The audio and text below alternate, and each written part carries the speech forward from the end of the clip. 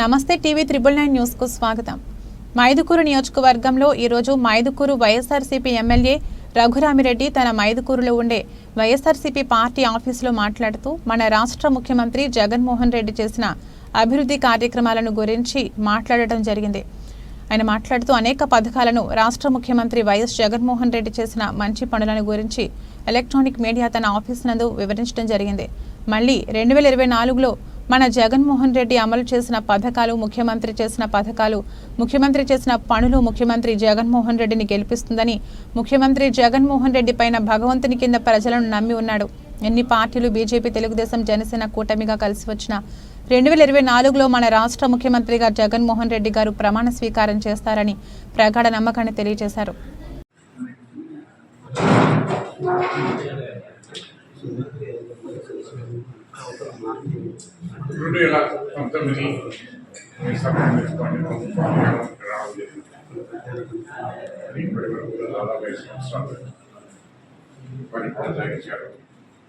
మరి 5 సంవత్సరాల్లో అన్ని రంగాల్లో కూడా అభివృద్ధి కార్యక్రమం జరిగాయి. ముఖ్యంగా విద్య, వైద్యం, వ్యవసాయం. నాకు తెలిసి ఏ రాష్ట్రంలో కూడా జరగనటువంటి అభివృద్ధి ఈ కార్యక్రమంలో జరిగింది. మరి అదే రకంగా విద్యారంగంలో చూసుకుంటే ఒకప్పుడు పాఠశాలలో పాడుబడి పోయినటువంటి విద్యార్థులు కరోనా ఉండేది. మరి ఈరోజు నాడు నేడుకి కొన్ని వందల వేల కోట్ల రూపాయలు ఖర్చు పెట్టి ప్రతి ఒక్కటి కూడా నాడు నేడుకి తీర్చిదిద్ది అక్కడ విద్యార్థులకు కావాల్సిన అన్ని సౌకర్యాలు ఇంక్లూడింగ్ టాయిలెట్స్, మినరల్ వాటర్ అన్ని స్థాయిలో కట్టడం.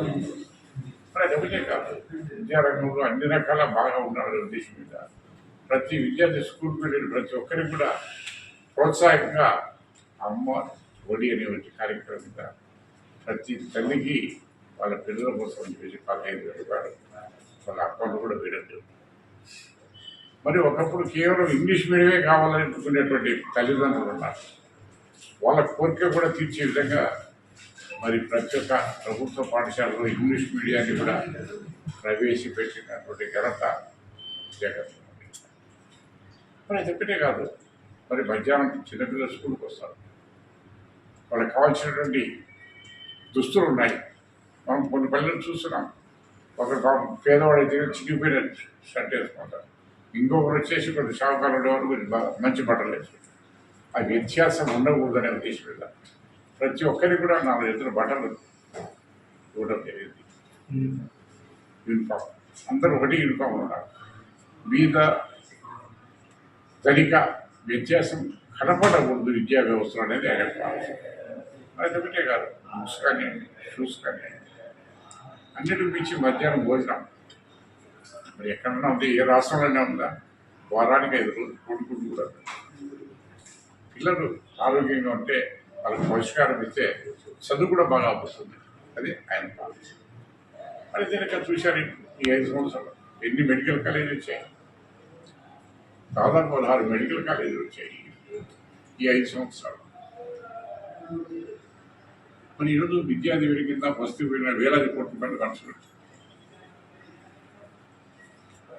అదే రకంగా వైద్య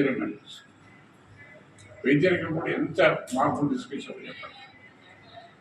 ప్రతి ఒక్క సచివాలయంలో ఆరోగ్య సురక్ష కార్యక్రమాన్ని పెట్టి పెద్ద పెద్ద స్పెషలిస్ట్ డాక్టర్లందరినీ కూడా ఆ గ్రామానికే పంపించి వాళ్ళ ఊళ్ళోనే వాళ్ళ ఇంటి దగ్గరనే ట్రీట్మెంట్ ఇప్పించే కార్యక్రమం ఉంది.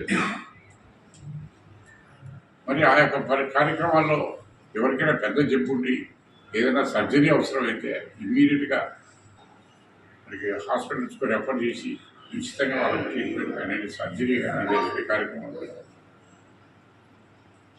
మరి ఇతర అర్బన్ పిహెచ్సీలు కొత్తవి వచ్చాయి. ప్రతి మున్సిపాలిటీలు కూడా అర్బన్ పిహెచ్సీస్ వచ్చాయి.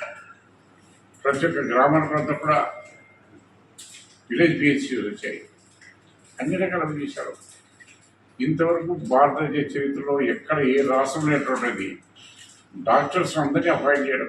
ఎక్కడ ఒక వేకెన్సీ, ఒకప్పుడు డాక్టర్లు ఉంటే మందులు ఉండేటి కావు, మందులు ఉంటే డాక్టర్ ఉండేవాళ్ళు కాదు, పారామెడికల్ స్టాఫ్ అంతకంటే ఉండేది కాదు. మరి ఈరోజు ఎక్కడే కానీ ఒక్క వేకెన్సీ కూడా లేకుండా ఫిల్అప్ చేసే ఘనత ఇది జగన్మోహన్ రెడ్డి గారు. వ్యవసాయ రంగం వ్యవసాయ రంగాన్ని చూస్తున్నారు. బ్రహ్మాండంగా రైతులందరికీ కూడా వారు వేసే పంట దగ్గర నుంచి వాళ్ళు పండించిన దిగుబడి వరకు కూడా గిట్టుబాటు ధర కల్పిస్తూ వాళ్ళకి అన్ని రకాల సూచనలు సలహాలు ఇచ్చేటప్పుడు ప్రతి సచివాలయ పరిధిలో ఒక అగ్రికల్చర్ అసిస్టెంట్ కూడా పెట్టాలి. ఇప్పుడు దాదాపు 72 సచివాలయాలు 72 మంది అగ్రికల్చర్ అసిస్టెంట్ పెట్టారు. ఒకప్పుడు కేవలం మండలానికంతా ఒకే ఒక అగ్రికల్చర్ ఆఫీసర్ కావాలి. ఈరోజు ప్రతి సచివాలయ పరిధిలో అగ్రికల్చర్ అసిస్టెంట్, రైతు భరోసా కేంద్రం అండి, ఇక్కడే టెస్ట్ ల్యాబ్ కూడా పెట్టాము. ఆ సీడ్ కానీ ఏదైనా చాలామంది రైతులు పాపం విత్తనాలు సరైనది కాకుండా నకిలీ విత్తనాలు తీసుకొచ్చి బాగా నష్టమైన రోజులు చూశాను నేను. అటువంటి దానికి ఆస్కారం లేకుండా ఇక్కడ మైదుకూరులో జరగడం కాలేదు. రీసెర్చ్ సెంటర్ కూడా పెట్టండి, టెస్టింగ్ ల్యాబ్ అక్కడే ఎక్కడ ఉంటుంది, జర్మినేషన్ ఏ రకంగా ఉంటుంది, విత్తనాలు మంచిగా కావాలి చూసేదాన్ని కూడా సైంటిస్ట్ కూడా అక్కడ పెట్టాము. ఏదైతే ఏ పంట పెట్టుకోవాలని కూడా సైంటిస్ట్ ద్వారా మనం సూచనలు సలహాలు. రైతులు పండించినటువంటి విత్తనాలు కానివ్వండి, మరి కాల్సిన ఎరువులు కానివ్వండి, ఇంతకుముందు ఎక్కడ బ్లాక్ మార్కెట్ మీద తెచ్చుకోవచ్చు, యూరియా కావాలంటే. మరి ఈరోజు రైతు భరోసా కేంద్రంలో చెప్తే 45 గంటలు వాళ్ళు ఏ కావాల్సినగానే కూడా ఇచ్చి రైతులు అన్నిటికి మించి రైతులు పండిస్తారు, కష్టపడతారు, చేస్తారు. పండించినట్టు పంట గిట్టుబాటు కావాలి. నిన్ననే చూసాం, జొన్న వేసుకున్నా ఈరోజు దాదాపు కొన్ని లక్షల బస్తాలు జొన్నలు పడేవారు. బయట మార్కెట్కు పోతున్నట్టున్న ప్రభుత్వ రేట్ డిఫరెన్స్ దాదాపు more than 1000 డిఫరెన్స్ ఉంది. మొత్తం ప్రభుత్వం ధర ఉన్న జొన్నలన్నీ కూడా కొనిచ్చాం. వాళ్ళకి రైతులు అకౌంట్ డబ్బులు కూడా వేసే కార్యక్రమం చేశాం. అందువల్ల రైతులు కొంచెం హ్యాపీగా ఉన్నారు. ఇదే కాదు, మనం చూస్తున్నాం పసుపు ఒకప్పుడు 3,000-4,000 క్వింటాలు ఉండేది కాదు, 6,700 రూపాయలు పెట్టి మొత్తం పసుపు అంతా రైతుల దగ్గర ఉండేదంతా కూడా ఉంది. ఒకప్పుడు 3 సంవత్సరాల క్రితం అయితే కేపీ హాని ఉండేది, బయట అడిగేవాడు, డిపో పోసుకునే పరిస్థితి ఉండేది. అటువంటి పరిస్థితులు క్వింటాలకు 5,000 రూపాయలు ఇచ్చి ప్రభుత్వం అన్నాడు. 5,000 రూపాయలు రైతుల దగ్గర నుంచి కొని 2,500 రూపాయలకు మరి సూపర్ బజార్లో మార్కెట్లో కూడా రైతు బజార్లో అమ్మిన పరిస్థితి చూసాం. మరి ఇవన్నీ ఈ